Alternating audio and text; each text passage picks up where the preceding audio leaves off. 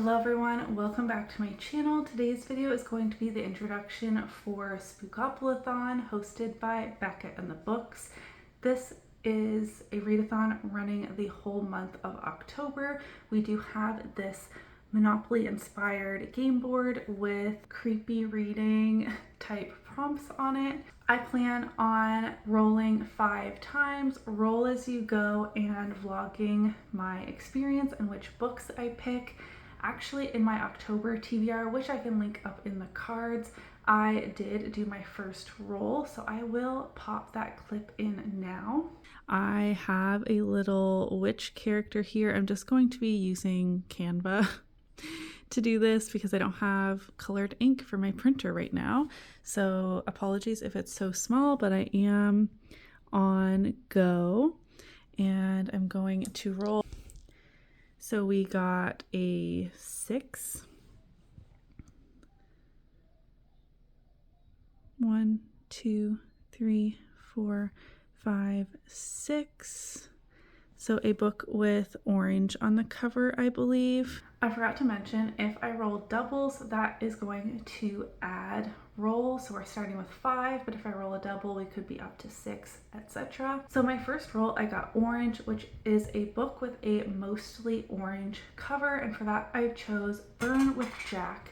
I do hope to read a lot of like monster or scary kind of books with the prompts I get, and this will work for the Monster Mash Readathon, which you will have already seen that reading vlog because the Monster Mash Readathon only went from October 1st to October 10th, so I will link that up in the cards as well if that's something you are interested in.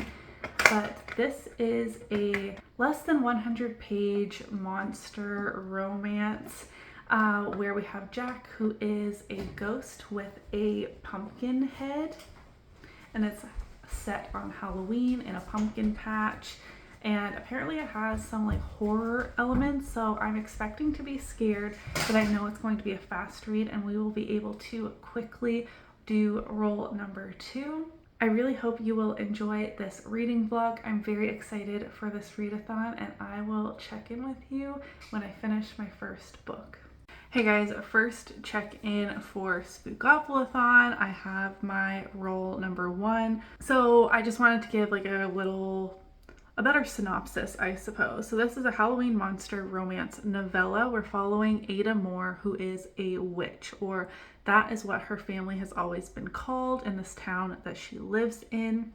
And she has been dared to go to the pumpkin patch on Halloween, which a lot of the teens do for like a spooky fun drinking party, but the Moores don't go because Ada's great-great-grandmother, Adeline Moore, who she was named after, went there on Halloween with Jack, and something crazy happened. Jack is this ghost or demon, I'm not sure. It was referred to as both so far where I'm at, like a pumpkin head man. He is dead and he comes back and haunts the pumpkin patch on Halloween from what I gather. And so Ada's been dared to go there to, I don't know what, she's like severely bullied, and obviously I know where this is going because it's a monster smut novella, but I just like, we're getting a lot of background and setup. I definitely enjoy that more than just a straight up like erotic novella. Like we've got some backstory, we have multiple characters, and we're setting things up in a really interesting way. So I am intrigued. This is less than 100 pages. I think I'm 15-20 pages in at this point, and I'm curious on how this is going to play out. Like, is she going to get stuck at the pumpkin patch and Jack is going to come take her? So I'm just very intrigued. I think this is going to be like kind of scary as well, which I'm excited for. But this is going to be a quick read, and then we'll be able to do roll number 2 on the board. But I'm getting ahead of myself. Let me sit down and read some more of this book. Hello everyone, good morning. I did finish Burn for Jack, and I really enjoyed it. I think I gave it 4 stars. It's short, but I really liked that the world building was there, and there was definitely some horrific elements, which I was like really happy to see, as this was like set on Halloween with the monsters. Like sometimes I like when they're more fluffy, but this one was darker in theme, and I don't know, I had a really fun time. I did do roll number 2, which I don't think the dimensions are right. I did it really late in the night, so I'll pop that up in the corner, and it was so clunky doing it on my work phone because I don't have colored ink. So I did end up printing in black and white the game board so that we don't have to do that anymore. But as you saw, maybe for roll number 2, I got mood read, which a lot of people love when they get mood read or free pick or something like that in readathons. I would prefer a prompt because my TBR from month to month is always absolutely massive. I like doing prompt-based TBR games and things like that because while I can be a mood reader like to an extent, I like having specific options laid before me before picking my read. You know what I mean? Like I will never just walk over to my bookshelf and just pick a random book that I'm in the mood for. That was a lot of rambling to say I chose Gone Girl by Gillian Flynn. This is a book that has been on my TBR, one of the books that have been on there for the longest. I bought this at a secondhand shop a long time ago. This was in that video I did of reacting to a old summer book haul, and I'm so happy to finally be picking this up. I have always been hesitant to pick it up because it's quite big. It's like over 420 pages, which is a lot for a thriller, but also because when the movie came out, I'm pretty sure someone spoiled me. Now, I don't know that for sure because I haven't read the book, but with that in my mind, I've never picked this up, if that makes sense. But we're doing it. I got the audiobook checked out from my library, which will hopefully help me move through this faster, but the audiobook is like 20 hours. That's a lot. So this is my mood read. 400 pages is a lot.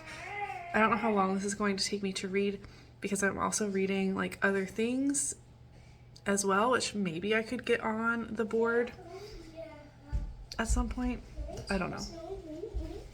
This is my pick for mood read. I'm rambling for literally no reason.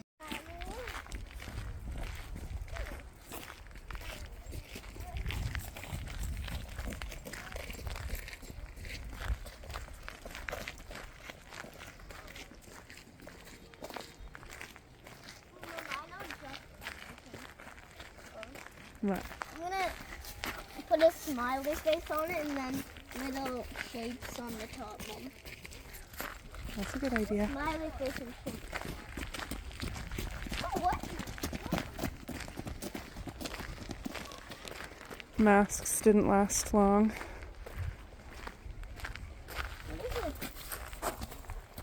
What is It's it? 2 skeleton hands forming a heart shape. Okay. Oh, what?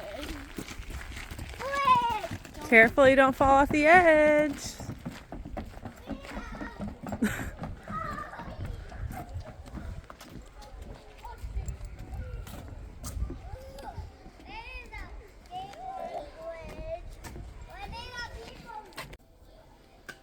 Hello. Wow, this angle and lighting is atrocious, so pardon me.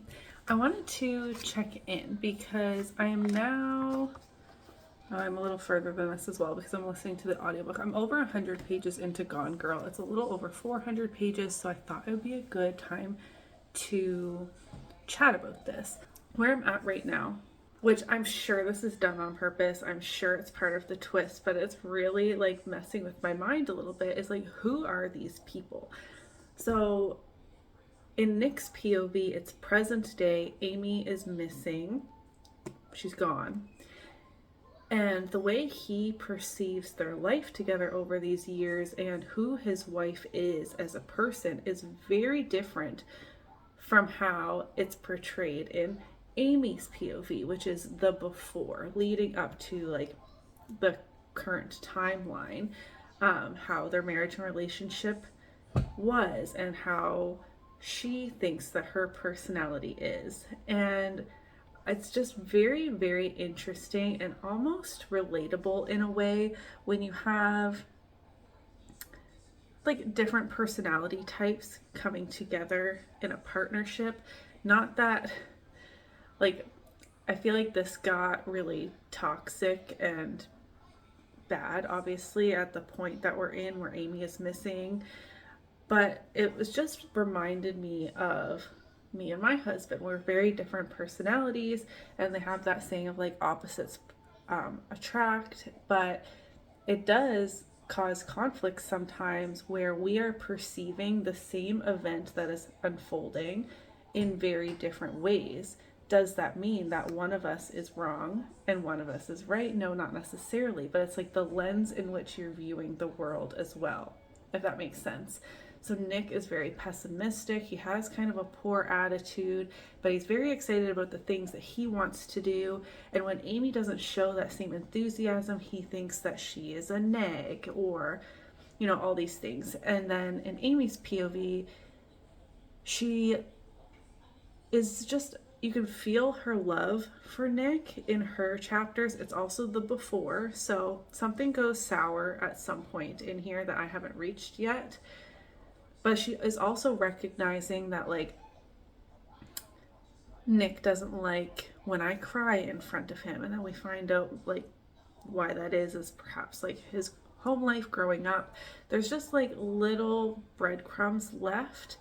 And I have no idea, like, where these paths are going to cross and what is going to occur. Amy seems like very wholesome and loving, and even the neighbors are like, oh, Amy's missing, that's so sad. She always made sure to ask how I was doing and got me a drink on a hot day. And Nick would be like, yeah, right, they're probably lying. That's not the Amy I know. She doesn't give a shit about anybody in this town. Like, things like that also in the present day timeline, where what the neighbors are saying we believe must be true based on Amy's POV in the past, but did she like become more manipulative and sour because of their life circumstances in the more present timeline? I don't know. So I'm really having this like flip-flop back and forth. Who do I trust? Which version of the truth is real? Or is it one of these like there's two sides to every story and the truth lies somewhere in the middle? I don't know yet, but I am very intrigued. The audiobook is done really well. Nick's POV chapters are read by a man, and then Amy's POV is read by a woman. And it's also interesting that, like, in Nick's chapters, the man doing, my voice is going, sorry. The man doing Amy's voice, like if she has lines, or they're, you know, whatever. What am I trying to say? When he is like portraying Amy, but as a man in Nick's chapters, he does kind of have this more bitchy tone, if you will. And then when the female narrator in Amy's chapters is portraying Nick for his pieces in the past chapters, it's like a very cranky, maybe kind of bitchy tone for that too. So again, it's like depends on which lens we're viewing the events in. I know I'm rambling a lot about this, but I'm like actually very fascinated with the writing in this book, and I think it's done really well. I'm very intrigued and I'm excited to continue. I'll stop there and I'll let you know when I finish so we can do our next roll. Hello. I finished Gone Girl this morning. I powered through the last, I had like maybe 150 or so pages left of this morning. I've been listening to the audiobook from my library, and I just had it running all day while I uploaded videos, did some work, did some cleaning. I just had it constantly going because I want to make progress on this vlog. I don't know what to rate this. I don't know if it's a 4 or a 5 star. 5 star for expertly crafted. I was spoiled for a part, but it was not the whole thing like I thought. So I was still surprised. Okay, see, I'm at a loss for words. This is not maybe a good time to update, but I really want to roll for book number 3. But constantly, with all these twists and turns, I was thinking, like, what the fuck is going on here? Who are these people? Who am I supposed to believe? The twists, the turns, what always gets me with some of these more psychological thrillers or things like There Are No Saints by Sophie Lark is the psychology of these awful people. You know what I mean? Like, I find their brain so fascinating while thinking like how screwed up of a person they are. Also, I feel like the ending was kind of abrupt. 4 stars for, see my train of thought, where is it? Because this kept me engaged the entire time. I was on my, like the edge of my seat, wanting to know what happens next. The twists and the turns, I was here for it, but I didn't get, which this happens when I read outside of my normal genres. I didn't get that like, I'm obsessed with this. This is my new favorite. I love it with my whole heart. 5 stars. Do you know what I mean? So sometimes I find reading books difficult because it's not always how it makes me feel, but also recognizing how well written something. So I think I might rate it 5 stars on Goodreads just because I feel like the book deserves that, you know? But in my heart, it might be like a 4.5 star. This happened with All the Light We Cannot See, which is a historical fiction. And again, expertly crafted, so beautifully written. We were doing like 100 gazillion puzzles on the floor in the kitchen, so excuse the mess. I was in here stripping, bedding, etc. So while I was listening to the audiobook, I feel like they deserve a high rating for the book being good, but they are not my all-time favorite book. I hope that makes sense. I'm going to stop rambling. It was excellent. I'm so happy that I finally read it. It's off of my physical TBR, and that as it turns out, I wasn't actually completely spoiled for the whole ending, which was a nice surprise. Okay, let's do roll number 3, see what we get. I don't even know. I'm in the middle of so many books that I would love to be able to fit one in here. Okay, shut up, Emily. Roll the dice. As I mentioned, I did finally print. It's a very small version, but I printed the board. Gone Girl was for mood read here. Let's do roll number 3 of 5. We have 11.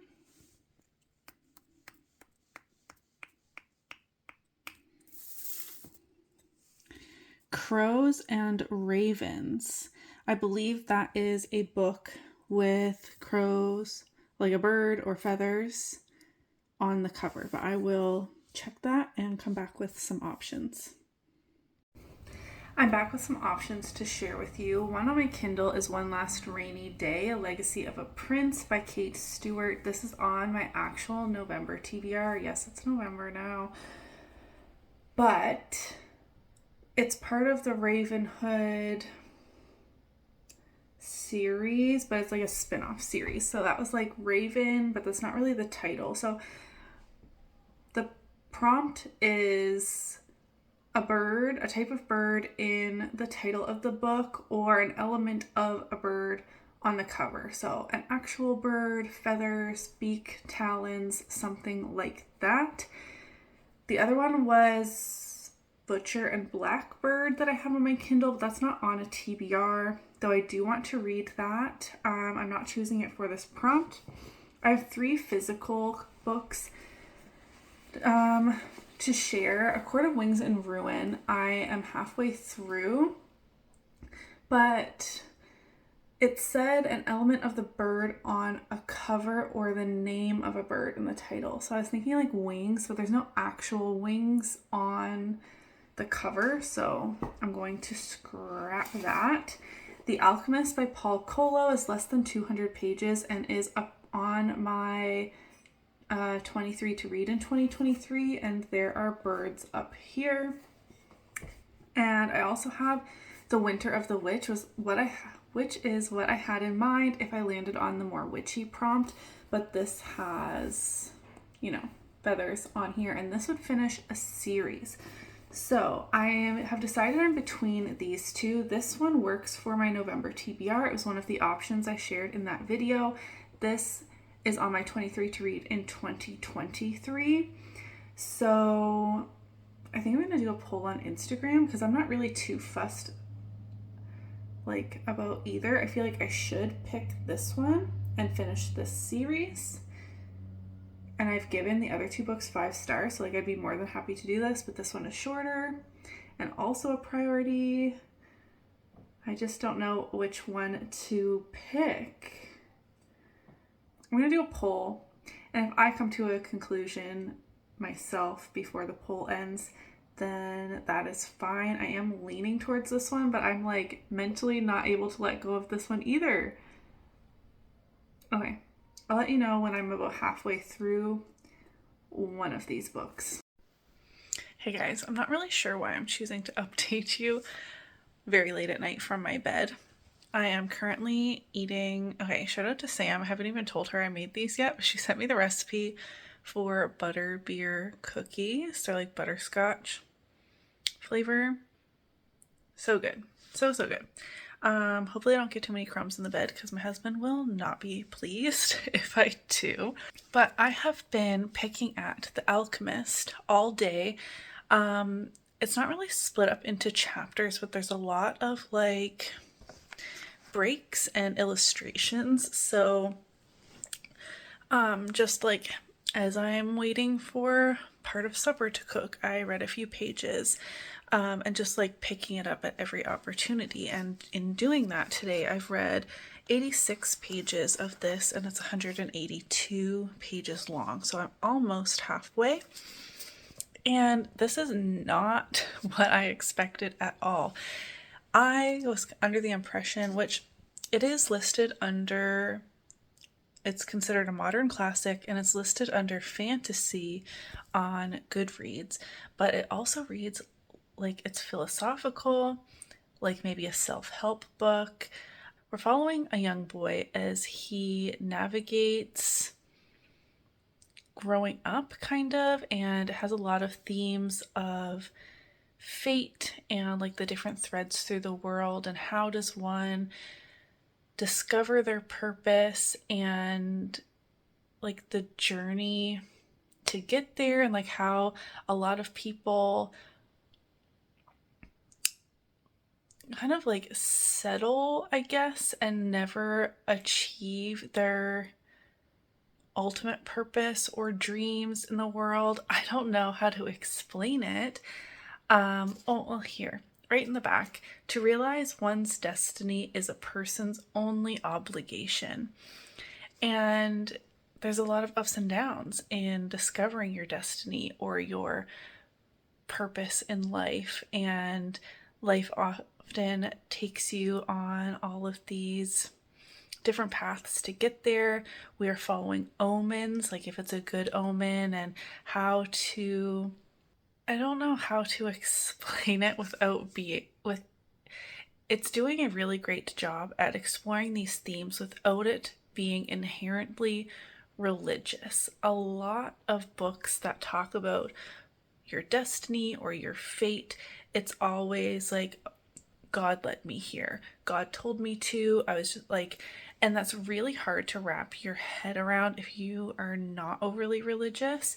And this explores those themes in a new way for me. It's a modern classic, so it's not a new way.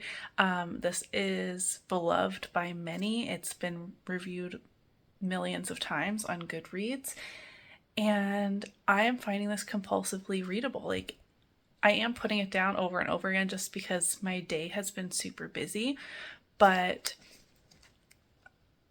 if I were physically able to, I would have sat down and read this in one sitting. I am loving it. I'm finding it fascinating, and I'm really liking the way in which these themes are explored in this book. So I'm going to read a little bit more tonight. My husband's still not home from his vacation. This is honestly fascinating, and it is really curious on how this is shelved as both fantasy and philosophy and self-help, and because all of those elements are present. I'm kind of having my mind blown a little bit. Actually, my brother saw this on my shelf at one time and said that one of his friends read this, and reading this book altered the trajectory of his life and like opened his eyes, and he made life changes based on that. And at first I was like, okay, like a modern classic fantasy, sure. Now I get it. I get how in reading this you would make changes in your life, which is kind of profound. Hello, I meant to film this clip in the morning, which, as I'm sure you can tell, it is not morning anymore. But I did finish The Alchemist by Paulo Coelho. I didn't realize that he was a Brazilian author and that this was translated to English, which that feels good too. I should prioritize reading more translated works. I gave this 4+ stars. At the end, I was less super obsessed with it as I was for the first 60+%, but I was still having a fantastic time. Everything I said at the check-in all still holds true. I found this surprisingly profound for such a small book. It is both fantastical and philosophical. My kids, it's like the witching hour, you know what I mean? Like right before I'm about to cook supper, before bedtime, and all hell breaks loose and the kids are fighting for literally no reason. Yeah. It did get more religious, I guess, in the latter bit, which affected my enjoyment, I would say. It turned into more like, well, God gave you the omens to follow sort of thing, which, if that's your perception, that's fine. I was enjoying it more at the beginning part where God played less of a role. I will leave it at that. I did roll number 4, so 4 of 5. So I'm going to roll that clip right now. I just did it. And I will meet you back here in 1 second. Roll number 4. 1, 2, 3, 4 candy corn, which means a sweet book, something that's all vibes, no stakes, maybe a cute romance or a cozy novel. Okay, for candy corn, something sweet, vibes, something like that. I have dark romances on my TBR, but nothing fluffy. So I'm literally 6 pages in, A Court of Frost and Starlight by Sarah J. Maas. I am starting to feel the holiday vibes. This is the buddy read with me and Sam. This is where we're at. I almost knocked my bookmark out. And I would say this is a sweet book. It's focused on winter solstice, and there's no real plot. It's pretty mundane, and this is a reread. I am looking forward to reading this, and I can't believe I only have, potentially, unless I get doubles, 1 more roll left because I'm having so much fun with this. This is another short book. So Only Gone Girl was really a long book, over 400 pages. So maybe for the last one, I will see. We'll just see. I'm not going to jinx anything. I'm going to pick this for candy corn. Good morning. I did finish A Quarter Frost and Starlight last night, and I did my roll last night, which I will show you in a second, just so I could kind of have an idea, start thinking about my 5th book. But this is book 4. It is a reread for me, and I gave it 4 stars. Again, I've given it like 3.5, 4 stars.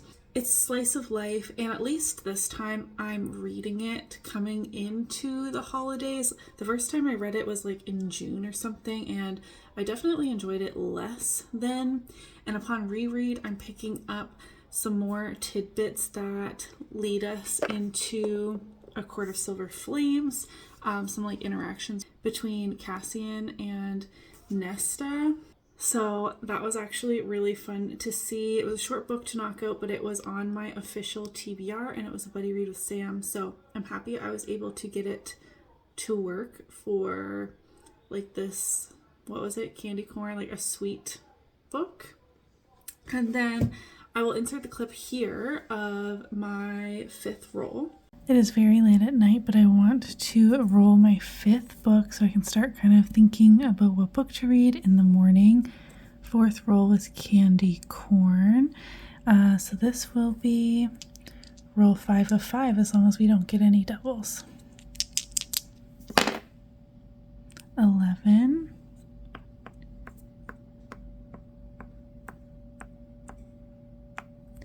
Most recent purchase. I guess that doesn't leave a lot of room for interpretation, does it? So 5th and final book will be my most recent purchase. A part of me wants to like keep going. I know I wanted to do 5 rolls, roll as you go. That is what we're doing, but I was kind of like sneakily hoping I would get doubles at some point to add books. But this is my 5th and final roll, maybe just like in my personal time. I will keep using this board a little bit. I am going to be switching gears into more holiday romances, but just in the future, I really like the setup of this board. I really like the prompts this time around. I need to stop rambling. Most recent purchase. I will share the 2 books. Firstly, I thought it was for sure going to be Iron Flame, and I was very scared. I still have not picked this up. This arrived quite late, even though I pre-ordered this in June. And so by the time it arrived, I was kind of annoyed. I had already seen a lot of things on Instagram. No spoilers, but a lot of reactions, a lot of people reading this in 24 hours right when it launched and all this stuff. And then the continued delivery delays to me. I live rural. I don't want to like say where I live, but so I always expect things to arrive to me a little bit later, but this was like delayed upon delay upon delay. So I was getting kind of annoyed. So by the time it arrived in my hands, I was kind of like, I'm not ready. And I still don't feel ready because now I'm seeing a ton of mixed reviews. And like a lot of people disappointed. So I'm not ready for this. So I did some digging. And I was like, is that really the last book to arrive to me? No, it isn't. Do you know what book I bought completely randomly to get free shipping on Amazon because I don't have Prime? This book. And it was still in the Amazon box that had, I got a new phone case and I got a garlic press and I needed like $4 more. So I threw in like a $15 book. Anyways, I bought The Naturals by Jennifer Lynn Barnes. So this is actually my most recent purchase, and I completely forgot about it because I didn't open the package. So thank God it's small. I've been seeing a lot of buzz about this, and I'm pretty sure this series is older than the Inheritance games, which I also have started and want to reread the first book. but I've been seeing a lot of fun stuff about this. It says to catch a serial killer, you have to think like one. I think their cold cases are about to get hot. I think we have kids that have special abilities and they're helping solve crime. Is that right? It just sounds so fun, and it's not very long. And then when I looked in it, there's a ton of blank space, and I don't know if you can tell, the font is ginormous. Like literally so big. I think this is YA, but the font almost looks middle grade to me. But anyways, I've been seeing a lot of hype about this, and so I tossed it in my Amazon cart, and this is my most recent purchase, which if it were to be this, I would have read it anyways, but like look at the size difference.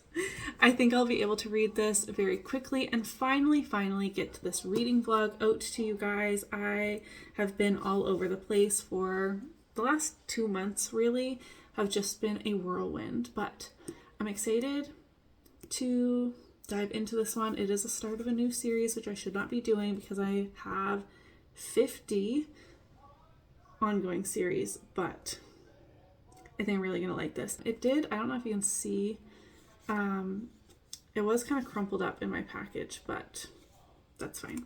Okay, that is my 5th and final book. I will check in around the halfway point. Good morning from my kitchen cupboard. I'm hungry, so I was going to make some breakfast, but I also wanted to update you on The Naturals by Jennifer Lynn Barnes. This is the final book for this reading vlog. I'm flying through this. I'm over halfway now, and I have to keep forcing myself to stop. I'm finding this incredibly compelling. One thing that I don't love about it is we're setting up a bit of a love triangle, which it's a YA book. I feel like that happens a lot, but this is like Criminal Minds. It is YA. We have a bunch of teenagers who are called the Naturals, and they are exceptionally good at certain things, whether it's detecting lying, seeing patterns, which is more like, do you remember that old crime show called Numbers? Loved that show. Our main character, Cassie, is really good at reading people. She's a natural profiler. So this is really interesting. We're learning about serial killers, and it says to catch a serial killer, you have to think like one. And it's kind of like the school setting a little bit.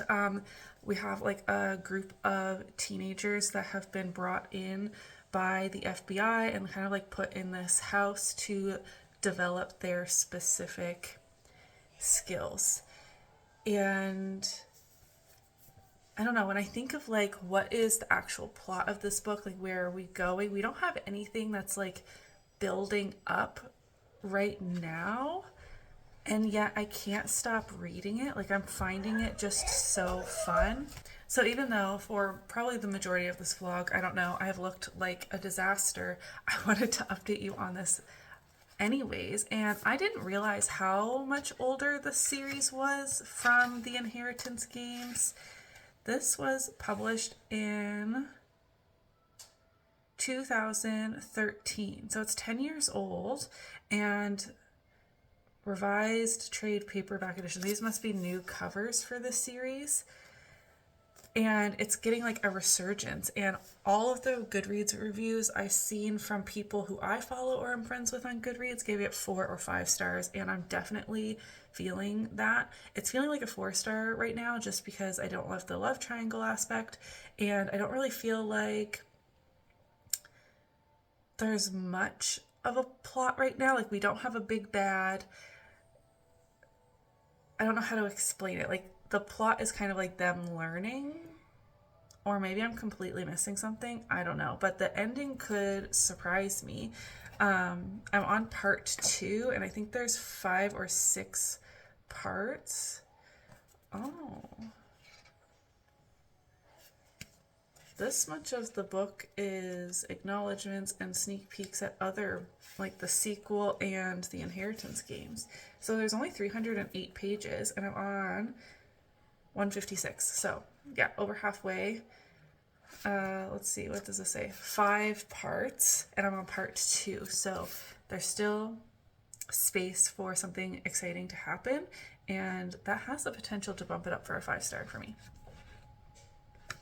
I'm really happy that I was forced to pick this up right away. Hello everyone, good morning. I am ready to wrap up this reading vlog. I finished The Naturals last night.